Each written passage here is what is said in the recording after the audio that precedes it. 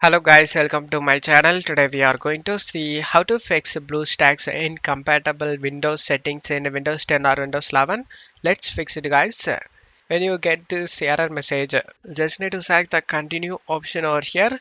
This will help you to fix the error guys. After the continue you selected, the Bluestacks will load up. After the load completed, follow these steps. Go to search menu and type 10 Windows switches on or off. Click on open it. Just need to check mark a virtual machine platform and Windows hypervisor platform and a Windows subsystem for Linux. After check marking these three options, click on OK and this will download the required files. Select the restart now option and restart your PC.